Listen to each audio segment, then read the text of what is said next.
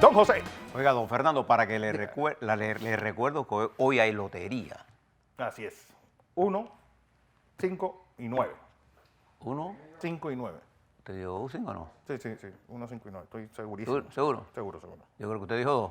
Vamos a ver. Vamos a corroborar esa.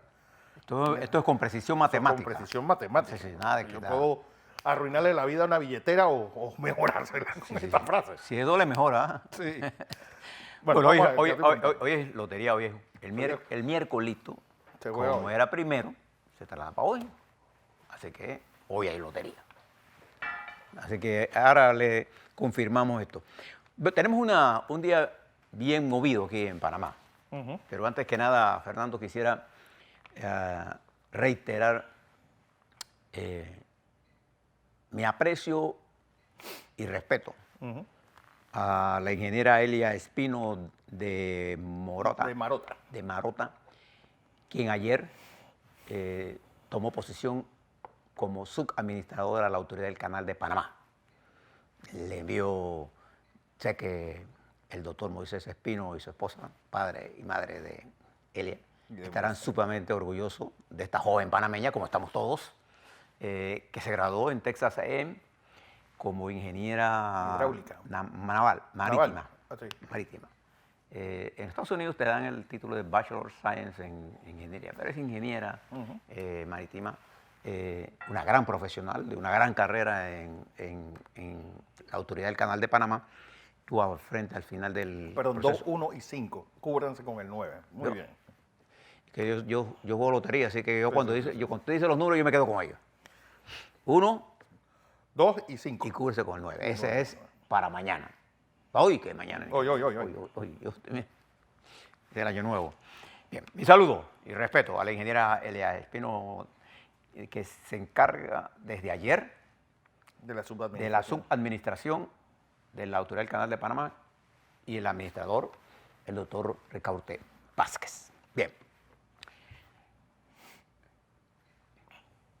Hay algunos datos importantes. Fíjese que también hoy arranca de inicio en labores formalmente el Procurador General de la Nación, Eduardo Ulloa, en reemplazo de Kenia Porcel, arranca en el día de hoy ya formalmente en el cargo de Procurador General de la Nación. Y de igual forma arranca como Contralor General de la Nación Gerardo Solís formalmente a la jefatura de las dos instituciones de control más importantes, pero también asume la conducción del metro Héctor Ortega, el ingeniero Héctor Ortega, que tiene la tarea de mantener la línea 1 y 2 y la construcción de la línea 3 y ver qué se hace con la línea 2A, que es la línea que pasaría por Tumbamuerto, conectando por la vía férrea a toda esa área universitaria importante. Pero también toman posición, comienzan su labor, porque ya tomaron posesión, los magistrados, la magistrada Maribel Cornejo y el magistrado Alberto Vázquez Reyes. Pepito. Don Pepito, un hijo de doña Marisol Reyes Vázquez. De doña Marisol y don Pepe Vázquez, dos amigos. Pepe Vázquez trabajó conmigo en la reforma agraria y doña Marisol, bueno, qué decir de esa gran señora y profesional del derecho. Bueno, su hijo asume hoy. Digo su hijo porque ella se siente muy orgullosa, todos los padres nos sentimos orgullosos de nuestros hijos. De sus dos hijos. Sí, sin duda, este es un gran muchacho. Bien, pero además de eso, les comparto que hay en la red social segundo.com, en segundos.com, sí. Se dice, cosa que yo comparto, que la señora magistrada María Eugenia López se postula como candidata a presidenta de la Corte Suprema de Justicia y según ellos contaría con los votos de la señora Ruz, del señor de Colón Sedalice, del propio magistrado Olmedo Arrocha y de la magistrada Cornejo y el magistrado Vázquez, y ellas tendrían la presidencia de la Corte Suprema de Justicia. Eso debe ocurrir en el día de hoy. Aunque es de mala educación votar por uno mismo. No, pero siempre se vota por uno mismo. Ahí esto no es un problema de educación, esto es un problema de, son 9, tiene que votar. Sí, por si uno quedaría 4-4. Diría que sería muy bobo uno votar por otro. Sí, Todos los que son presidentes votan por ellos mismos. pero ellos mismos. Bueno. Bien, esto va a ocurrir en el día de hoy. Está de manera que va a haber mucho movimiento de noticias, pero más importante que lo que pase hoy, tendremos que observar en el transcurso de las próximas semanas y los próximos meses el desempeño. Aquí hay dos cosas importantes. Primero, en el caso de la Corte Suprema de Justicia, que recuerden los magistrados que ellos son los controladores de la legalidad. Y muchas ilegalidades se han hecho desde la Corte Suprema de Justicia. Ahí está el caso de los pinchazos. Y tendrán ellos que enderezar ese entuerto. Por otro lado, el Contralor General de la Nación tiene la difícil tarea de reconstruir la Contraloría. Fíjense la palabra que uso. Reconstruir la Contraloría y elevar el nivel de prestigio de una institución que siempre gozó, Fernando, y estimados televidentes, del apoyo de todos nosotros. Hay grandes profesionales y él tendrá que revisar esto. Particularmente tendrá que revisar el papel de la Contraloría General de la Nación en todos estos casos que se hicieron y se prefabricaron desde el Consejo de Seguridad y de donde se utilizaron auditorías forenses mal hechas y que dieron motivo y han dado motivo a que en diferentes juzgados las auditorías han sido insuficientes. Donde usted vea un proceso de esto, el proceso de auditoría que se hizo cuando el caso de Ricardo Martinelli quedó claro y evidenciado, cuando se hizo el caso de Lucy Molinar, daba vergüenza. Cuando usted estudia los casos de los helicópteros, ¿por qué?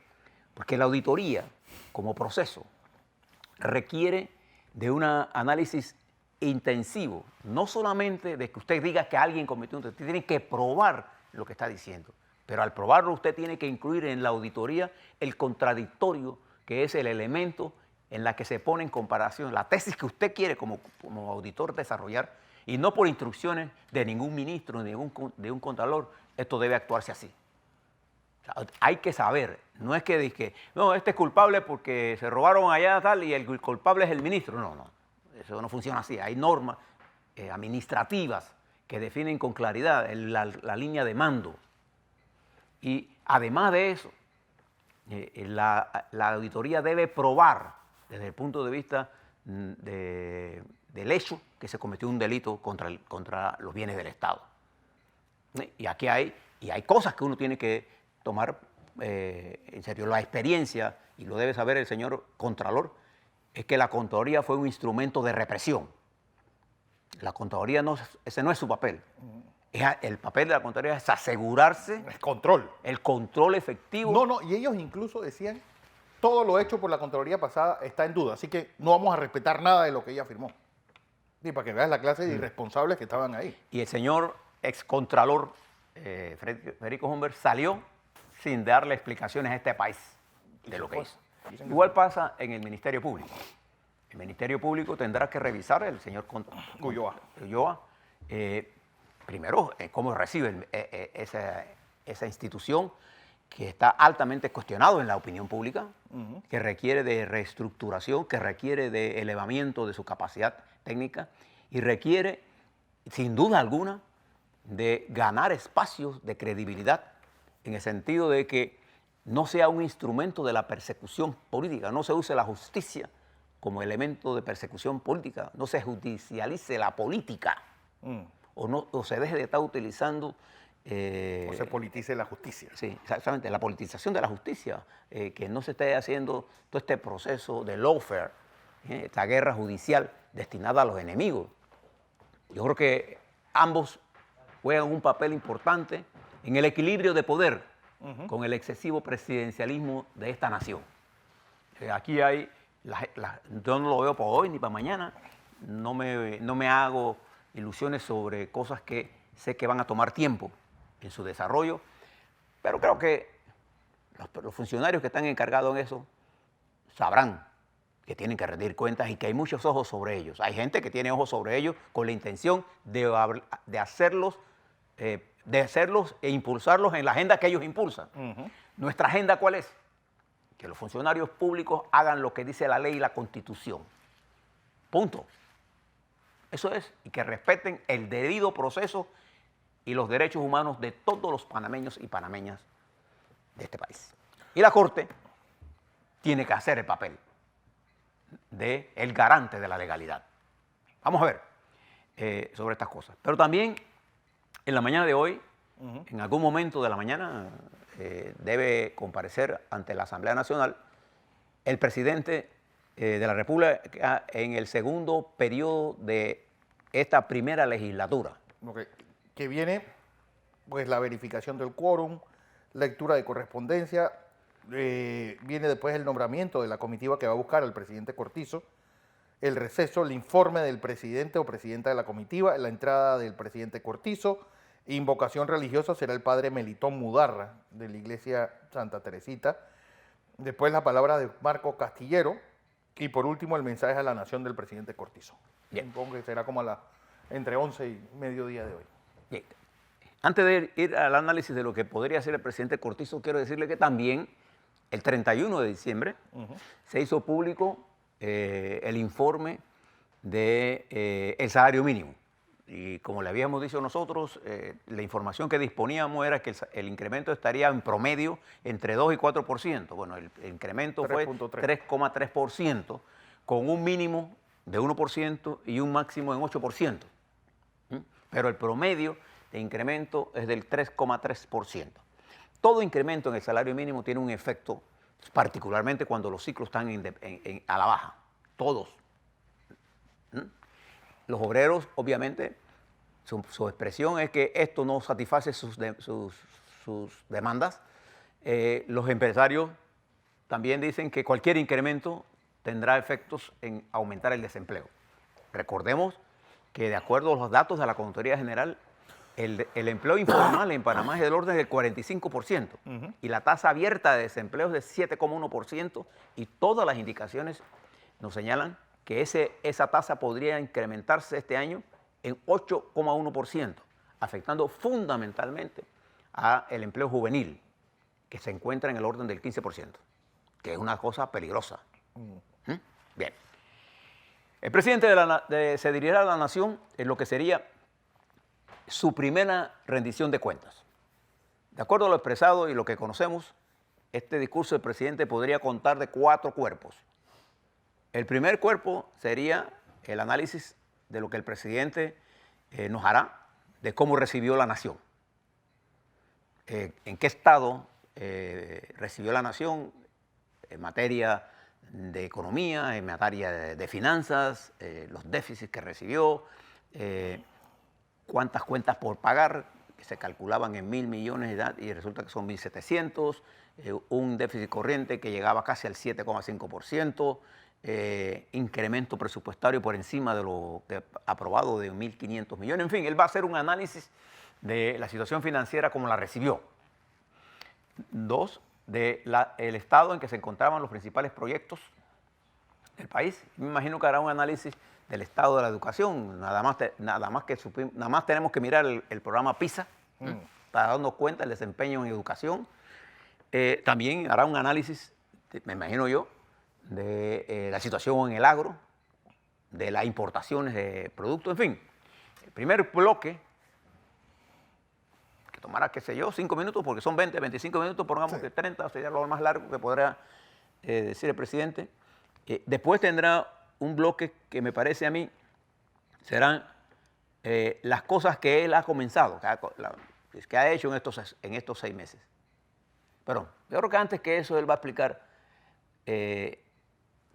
cómo su programa de gobierno, los 4 ejes de su gobierno y la estrella. Que es la educación, el eje que tiene que ver con el desarrollo de la economía y después de eso, que explique qué es eso, explicará, digo yo, lo que sería el concepto de lo que él ha avanzado en eso. Y el último bloque será la perspectiva que él tenga de cómo piensa dejar el gobierno en el 2024, cuando ya deje de ser presidente. Recuerde que una de las consignas de él es que le interesa más cómo salir que cómo entró.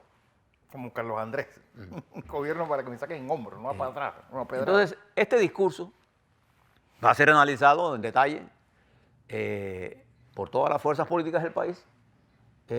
Vamos a ver si logra entusiasmar y abrir un debate, porque la mayoría de los discursos presidenciales de los últimos años no han producido absolutamente nada. ¿Por qué? Porque los presidentes se dedican a hacer un día de logro, todas las cosas que han hecho, entonces ni los diputados le prestan atención.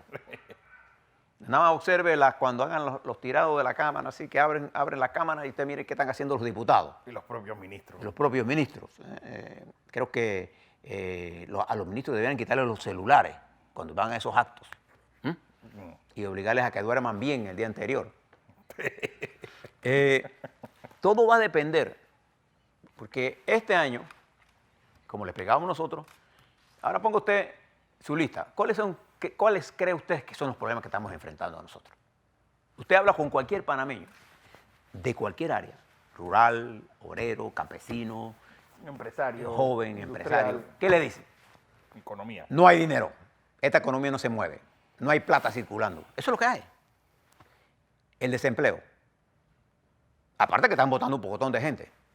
Sí. Empleados de 10, 14 años están votando. Entonces, el principal problema en la mente de todos nosotros es la economía. Por eso creo que el gobierno, en esto del salario mínimo, actuó con más prudencia de lo que mucha gente pensó que no lo iba a hacer. Porque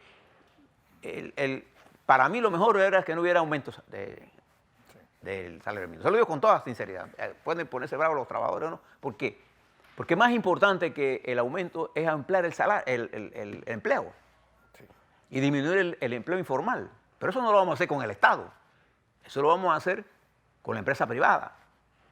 Entonces, si usted cierra los ojos, piensa, el principal problema que usted enfrenta es el problema económico, que está ligado al empleo. El siguiente problema en orden de importancia en su mente, ¿cuál sería? Para mí, después de haber hecho varios estudios, es la seguridad ciudadana. En el mes de diciembre... Sobre seguridad ciudadana, José, quiero hacer un paréntesis y quiero explicar algo que pasó en Chiriquí. ¿Qué ocurre? Un señor dice que el IVA y los linces le robaron $9,000. Bueno, ¿qué hizo la señora fiscal Roxana de Terrero? Le quitó los celulares a todos los linces de Chiriquí, incluyendo el aparato del Pelepolis, hasta los que estaban en Bugabas. Y eso fue en Puerto Armuelle. ¿Qué necesidad hay de desarmar a todos los linces?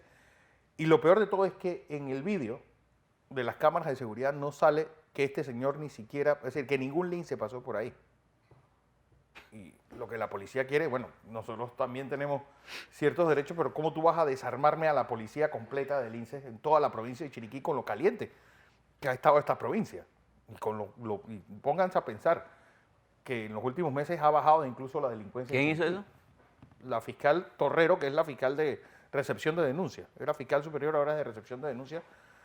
Y lo que la policía dice, ¿cómo nosotros vamos a trabajar sin celulares y sin el bicho que sirve para atracar los telepolis? Porque en realidad cuando hay personas que cuando ejercen un puesto público... Además, José, tú conoces la provincia. ¿Qué tiempo puede demorar un lince que anda en bicicleta de Bugaba a Puerto Armuelle? En bicicleta. ¿Cómo tú le vas a quitar también? Pero además el riesgo. El riesgo. Vos lo puedes matar, atropellarlo. Pero eso es lo que yo digo. Hay funcionarios públicos que cuando ejercen una función de autoridad, creen que se consideran dioses. Las cárceles nuestras están llenas de gente detenida preventivamente. Panamá tiene una de las mayores poblaciones por detención preventiva porque los fiscales, ahora ya con el sistema penal acusatorio, varía un poquito. Sí. Pero nosotros, los fiscales, la primera acción es ponlo preso. Sí. Y así llenamos cárcel con gente presa. Nosotros abusamos de la detención preventiva. Y algunos jueces, cuando juzgan la acción del fiscal, tienden a ser más fiscales que jueces. El juez es para controlar la legalidad. Y más después de visto las bestialidades que estaba haciendo esta gente. Entonces, creo que, y un fiscal debe actuar. ¿Qué tiene que estar quitando todo eso? Sí. Bueno, por eso yo le digo, hay que actuar dentro de eso. Fíjese el otro problema. Tenemos el problema economía, el problema del empleo, el problema de la seguridad. Ahora abra el abanico a los problemas diarios. ¿Cuáles son los problemas diarios? Medicamentos. Eso no es un problema para usted. Es un problema para usted. ¿Usted lo ve resuelto? No. No. Cada vez que nosotros vamos a comprar un medicamento de presión, está por arriba y el número menos de pastillas. O otra cosa que se está dando cuenta la gente ahora, síganle la pista a sus medicamentos que está comprando en Panamá. Si ves, los fechas de vencimiento están bastante acortadas. Es decir, yo no puedo comprar un medicamento nada más que tenga 6 meses de vigencia o menos de un año. Es decir, les está haciendo ese estudio para que vean que comparativamente a las farmacias en Colombia o en Costa Rica, los de Panamá tienen fechas de vencimiento más cortas. Sí, y fíjense, en el problema de medicamentos, estoy terminando ya un estudio de todo lo que está pasando en medicamentos. Y tengo una idea bastante clara de lo que está ocurriendo. Entonces, creo que en el gobierno tienen que sentarse a estudiar este problema. Porque no es sentarse a hacer una ley. Nosotros estamos llenos de leyes de todas clases. Es cómo nosotros hacemos efectiva el control de los precios de estos medicamentos. Punto. ¿Cómo lo hacemos? ¿Qué cosas tenemos que hacer para que el panameño no sea víctima de lo que está ocurriendo en este momento? Pero ese es un problema serio. El otro problema es el agua. El agua se ha convertido en un tema de diario en el Panamá Oeste, en Chorrera, en el interior, y ahora que entra la estación seca, que todavía... Los servicios públicos en general, agua, luz y basura. Incluso basura y tu servicio de internet. Que nosotros estamos pagando en hogares para una data que nunca llega.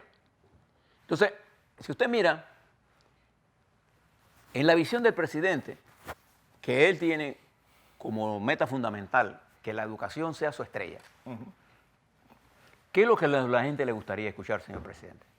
Bueno, ¿cómo de verdad va a ser la estrella? Sí. No es que sea la estrella, ya sabemos que va a ser la estrella. Pues está bien, yo quiero que la educación sea la estrella. Nadie puede estar en contra de eso. Lo que la gente quiere saber es cómo vamos a instrumentar eso. ¿Cómo se va a hacer eso? ¿Cómo vamos a elevar el debate de la educación para convertirlo en la estrella del debate? Porque ahí es donde nosotros tenemos que ir, a la discusión del debate de la educación y de la salud pública. Son las cosas que tenemos que mirar como discusiones por ahí. Y el problema fundamental de estas semanas para el presidente va a ser el sector agropecuario, porque coinciden estas semanas con la implementación de las medidas de contingencia previstas en los tratados de libre comercio que nos dedicamos a firmar y era quien más tratados de libre comercio tenía, era el mejor, ¿no? Y no nos estamos dando cuenta que estábamos haciendo tantas concesiones y nos hacían muy pocas. Cuando nosotros pedíamos concesiones en el Tratado de Libre Comercio con los Estados Unidos, ¿qué nos decía Estados Unidos? Oh, lo que pasa es que la Constitución, el Estado tiene acá tal, y no nos daban nada. Aquellas regiones donde nosotros éramos competitivos, ellos no nos deben entrar a su mercado. Aquellos donde ellos son más competitivos con nosotros, nos abrieron el mercado a la fuerza. Entonces, tenemos un montón de este tipo de cosas. Al final, ¿qué es lo que nosotros necesitamos? Necesitamos un país que viva en democracia, B, con un alto nivel de participación, con una mejor distribución de la riqueza, con un sentido de la justicia y con un sentido de la responsabilidad de los políticos con respecto a la gestión pública y un sentido de la responsabilidad de la gestión privada. ¿Pero qué ha pasado? Grupos se han apoderado de un segmento de la agenda. Y cuando hablan de justicia, fíjense que a qué se desvía. Observe el planteamiento de Movín, para darle un ejemplo. Ellos están en la justicia para los grupos, para los de alto perfil. A los élites. Pero la perfil de ellos, no lo he visto a ninguno de ellos exigirle una rendición de cuenta al Contralor General de la Nación. Hombre. Que se va. O a la señora procuradora. Nada. Pero es que además, José, que nosotros perdamos nuestro tiempo hablando de Movín.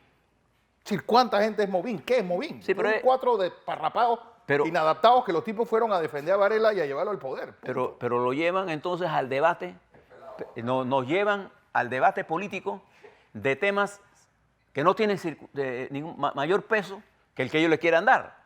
Cuando usted habla de la justicia, yo me hablo de la justicia con respecto a un país más equitativo en la distribución de sus riquezas, un país con una educación para todos adecuada, un país en la cual la justicia se aplique igual para pobres que para ricos. ¿Por qué no se preocupan por la cantidad de muchachos que están presos y cuyos procesos no han terminado? ¿Usted los ve alguna vez hablando sobre eso?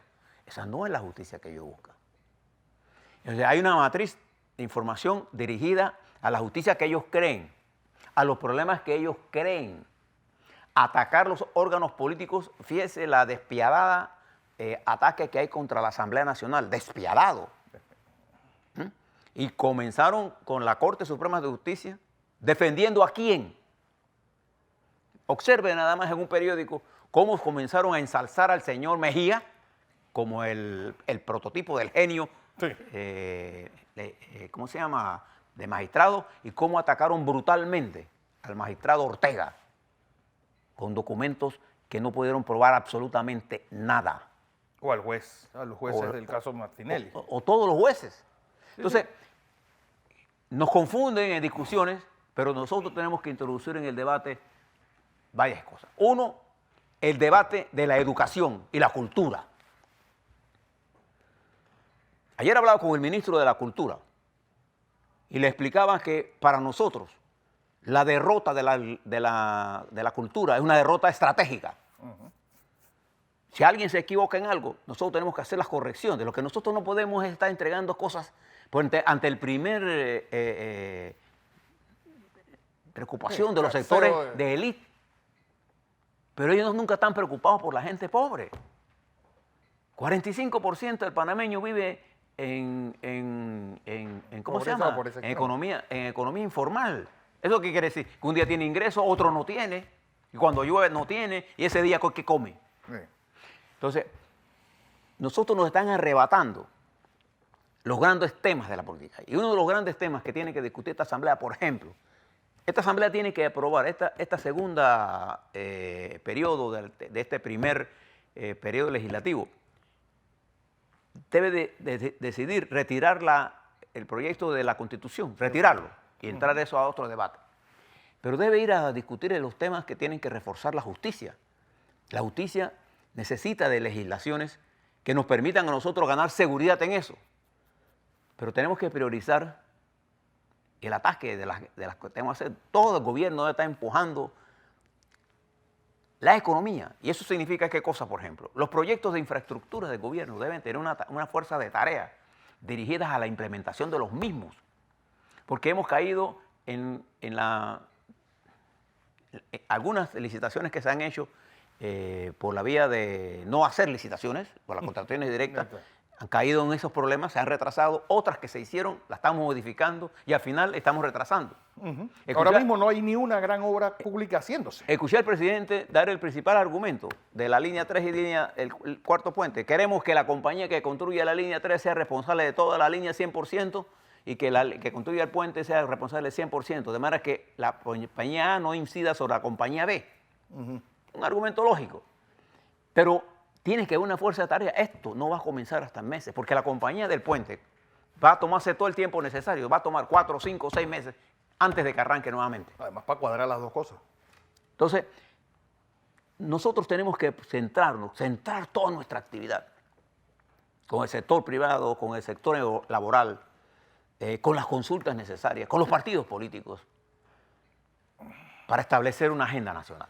Vamos a ver lo que dice el presidente. Nosotros, cuando lo escuchemos, le estaremos haciendo los comentarios entre hoy y mañana de este primer comparecencia del presidente de la rendición de cuentas de sus primeros 6 meses. Más que un día de logros, quisiera mover la orientación hacia dónde vamos. Así es.